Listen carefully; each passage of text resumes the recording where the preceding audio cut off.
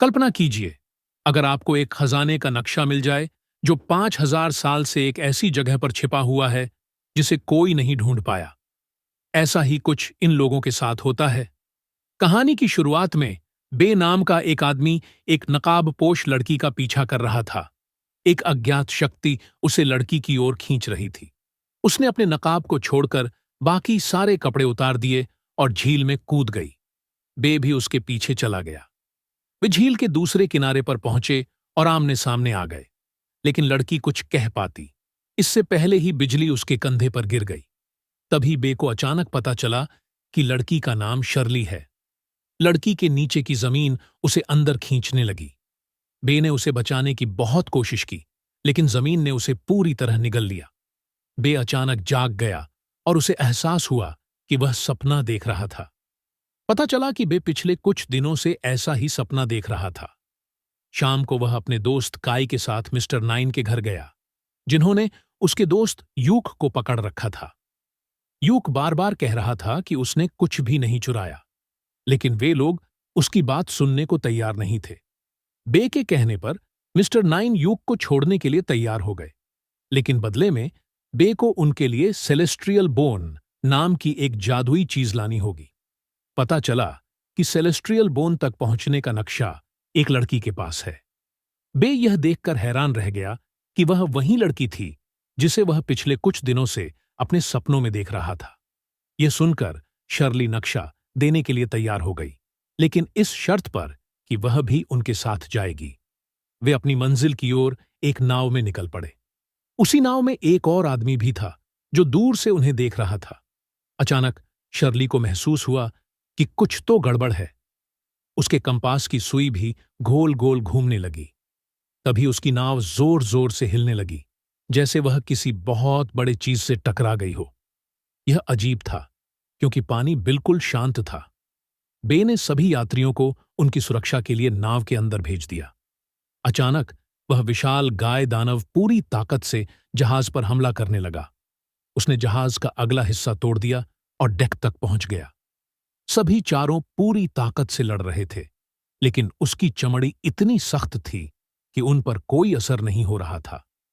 यूक ने नायक बनने की कोशिश करते हुए गाय दानव की ठोड़ी पर हमला किया, लेकिन दानव ने उसे आसानी से फेंक दिया। अपनी इस बहादुरी के चक्कर में उसने अपना कीमती रत्न भी खो दिया। वहीं दूसरी ओर शर्ली ने विस्फोटक तीर से गाय दानव के चेहरे पर हमला किया, जिससे वह पानी में गिर गया। बे ने उस राक्षस को पकड़ने की योजना बनाई। उसने नाव के पाल को हटाकर उसे जाल की तरह डेक के बीच में फैला दिया। उसने उसे जाल में फंसा लिया, लेकिन वह इतना ताकतवर था कि उसने नाव के सारे एंकर तोड़ दिए। आखिरी समय में वह अनजान आदमी आया और अपनी इलेक्ट्रिक हथियार से उस रहस्यमयी जीव को इतना जोरदार झटका दिया कि वह वहां से भाग गया। यह आदमी एक वैज्ञानिक है जिसका नाम डॉक्टर सन है। वह भी सेलेस्ट्रियल बोन के लिए उनके पीछे आया था। उसने बताया कि यह राक्षस इसी चीज की रक्षा के लिए यहां छोड़ा गया था और रास्ते में उन्हें ऐसी कई और मुश्किलों का सामना करना पड़ेगा। उसके ज्ञान से प्रभावित होकर उन्होंने उसे भी अपनी टीम में शामिल कर लिया। लेकिन तभी मिस्टर नाइन की बेटी लिन ने भी उन्हें धमकी दी। असल में यूक और लिन का प्रेम प्रसंग चल रहा था। लिन से मिलने के लिए यूक घर में दाखिल हुआ था और गार्ड्स ने उसे चोर समझकर पकड़ लिया था। रास्ते में उन्हें एक पहाड़ की चोटी पर एक मंदिर मिला। मंदिर की जांच के दौरान बे ने गलती से एक छुपा हुआ स्विच दबा दिया, जिससे एक गुप्त रास्ता खुल गया। इस रास्ते से वे सभी नीचे एक बहुत बड़े सुरंग में पहुंच गए। थोड़ा चलने के बाद उनके सामने एक बंद दरवाजा आ गया, लेकिन बे ने अपनी अद्भुत ताले खोलने की कला से दरवाजा खोल दिया। दरवाजे के उस पार सब कुछ बर्फ से ढका हुआ था। जमीन जमी हुई थी, जिसकी वजह से चलना बहुत मुश्किल हो रहा था। जब वे एक सीधी ढलान पर पहुंचे तो वे फिसल गए। बे ने उन्हें बचाने के लिए उनके पीछे छलांग लगाई। उसने अपनी खंजर को जमीन में फंसा दिया और खुद को गिरने से रोक लिया, लेकिन बाकी सभी पीछे से फिसलते हुए आए और उन्हें भी अपने साथ खींच लिया। जब वे नीचे फिसल रहे थे तो बे ने देखा कि वे सब बर्फ की नुकीली चट्टानों की ओर बढ़ रहे हैं। शर्ली ने अपना हुक फेंककर खुद को रोकने की कोशिश की, लेकिन बर्फ के खंभे इतने मजबूत नहीं थे। बे ने देखा कि उन नुकीली चट्टानों के बीच में कुछ छोटे सुरंग हैं। अगर वह खुद को उनकी ओर धकेलता है तो उसकी जान बच सकती है। उसने एक बार फिर अपनी खंजर बर्फ में फंसाई और खुद को रोक लिया, और शर्ली के साथ साथ बाकी सभी को उन सुरंगों की ओर मोड़ने लगा। थोड़ी देर बाद खंजर के आसपास की बर्फ टूट गई और वे दोनों तेजी से उन नुकीली चट्टानों की ओर गिरने लगे। शर्ली को बचाने के लिए उसने उसे सुरंग की ओर धक्का दिया और खुद तेजी से मौत की ओर बढ़ने लगा। उसी समय शर्ली ने अपने ग्रैपलिंग हुक को उसके बैग में फंसा दिया, उसे सुरंग के अंदर खींच लिया और उसकी जान बचा ली। वे अब एक और गुफा में पहुंच गए थे, जहां काफी अंधेरा था, लेकिन इस बार वे अकेले नहीं थे। जल्द ही उन्होंने थोड़ा सा मिट्टी हटाने के बाद एक और दरवाजा देखा। बे ने उसे जल्दी से खोलने की कोशिश की, लेकिन तभी उन्होंने देखा कि भेड़ियों जैसे दिखने वाले जानवरों ने उन्हें चारों तरफ से घेर लिया है। वे समझ गए कि अब उनके पास लड़ाई के अलावा कोई और विकल्प नहीं है। लेकिन ये भेड़िए इतने ज्यादा थे कि अगर वे सभी मिल भी जाएं, तो उन्हें ज्यादा देर तक रोक नहीं पाएंगे। बे ने समझा कि उन्हें छत के रास्ते से निकलना होगा, वरना वे सब इन भूखे भेड़ियों का खाना बन जाएंगे। उसने बाकी सभी को वहां लटके हुए पेड़ों की टहनियों को पकड़कर ऊपर चढ़ने को कहा और खुद मशाल हाथ में लेकर उन भेड़ियों को दूर भगाने लगा। लेकिन इससे पहले कि कोई भी ऊपर तक पहुंच पाता, लकड़ी की छड़ी टूट गई और सभी नीचे गिर गए। लेकिन इसी के साथ जिन लकड़ियों से छेद ढका हुआ था, वे भी टूटकर गिर गईं और सूरज की रोशनी अंदर आने लगी। जल्दी ही उन्हें पता चला कि ये भेड़िए रोशनी सहन नहीं कर सकते, क्योंकि जैसे ही वे सूरज की किरणों के संपर्क में आते हैं, उनके शरीर जलने लगते हैं। शर्ली ने वहां पड़ी लकड़ियों को अपने हुक से बांधा और छत के रास्ते बाहर निकलने का रास्ता बना लिया। एक एक करके सभी बाहर निकल गए, लेकिन जब बई की बारी आई तो सूरज बादलों में छिप गया। भेड़ियों ने एक एक करके उस पर हमला करना शुरू कर दिया। भेड़ियों के सरदार ने उसे थप्पड़ मारकर जमीन पर गिरा दिया। इसी बीच बादल सूरज से हट गए और दोस्तों की मदद से बय छत के रास्ते बाहर निकल आया। शर्ली दौड़कर उसे गले लगाकर रोने लगी। बाद में जब वह उसके घावों पर पट्टी बांध रही थी, तो उसने देखा कि बय के कंधे पर वही शापित निशान था जो उसके कंधे पर भी था। उसने सबको बताया कि सालों पहले उसके पूर्वज गलती से एक शैतानी गुफा में पहुंच गए थे। उनके वहां पहुंचने से शैतान की नींद टूट गई और कई शैतानों ने इंसानों पर हमला कर दिया। उसके बाद वह शापित निशान उन सभी लोगों के कंधों पर आ गया। उस बुरी शक्ति के प्रभाव से वे लोग 50 साल की उम्र से पहले ही मर गए और उनके बच्चों को भी यह शाप विरासत में मिला।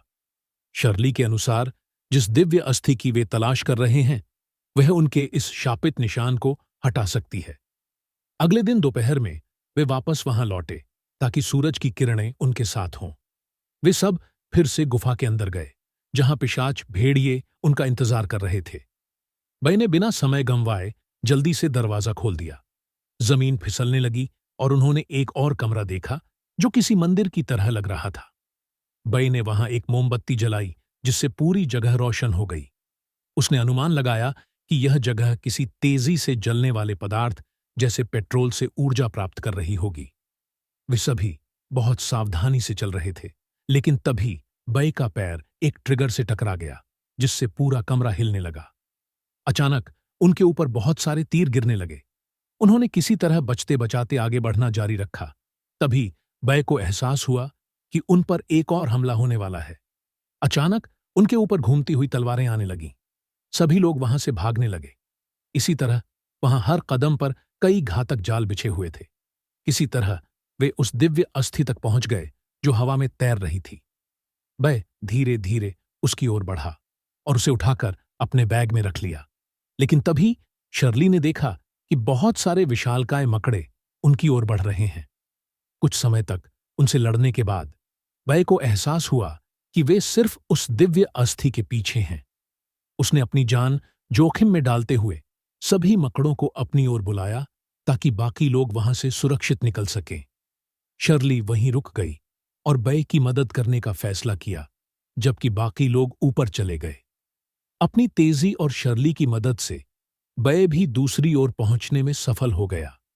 लेकिन इससे पहले कि वह वहां से भाग पाता, उन मकड़ों ने शर्ली को उसके जाल से नीचे खींच लिया। वह उसे बचाने के लिए वापस आया, और जैसे ही वह आया, उसकी पूरी टीम ने मिलकर उन खतरनाक मकड़ों का सामना करना शुरू कर दिया।